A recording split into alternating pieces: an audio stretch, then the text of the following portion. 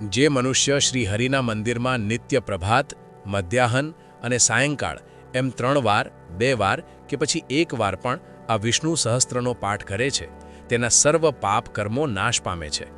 જે મનુષ્ય આ સ્તોત્રનો પાઠ ભાવભક્તિથી કરે છે, તેના સર્વો બળી જાય છે, તેના પર સર્વે ગ્રહો ઉપગ્રહો શાંત રહે છે અને તેના સર્વ પાપ વિનાશ પામે છે.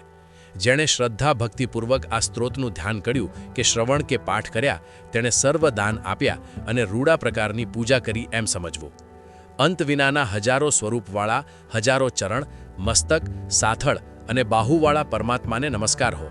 1000 નામવાળા અને 1000 કોટી યુગને ધારણ કરનાર એવા શાશ્વત બ્રહ્મ પુરુષને નમસ્કાર હો. જેની નાભીમાં કમળ એવા ભગવાન વિષ્ણુને નમસ્કાર હો. જલમાં શયન કરનાર શ્રી ભગવાન વિષ્ણુને નમસ્કાર હો. હે કેશવ, હે વાસુદેવ, આપને નમસ્કાર હો.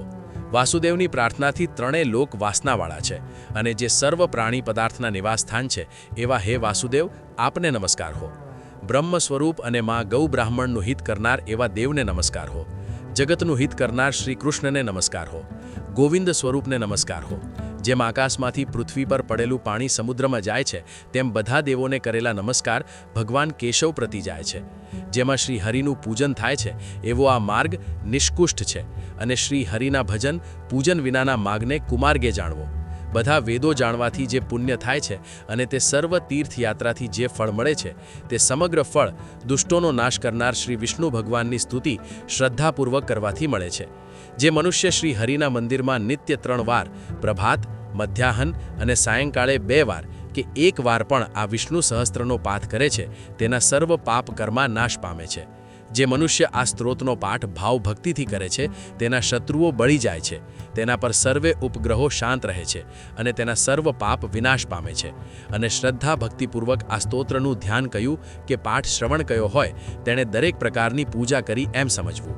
જે મનુષ્ય દરેક 12ને દિવસે મારી સમીપ આ સહસ્ત્ર નામનો પાઠ કરે છે, તેણે આ લોક કે પરલોકમાં કોઈ પણ ઠેકાણે ભય રહેતો નથી અને તેના કરોડો કલ્પના પાપ ધીમે ધીમે બળી જાય છે.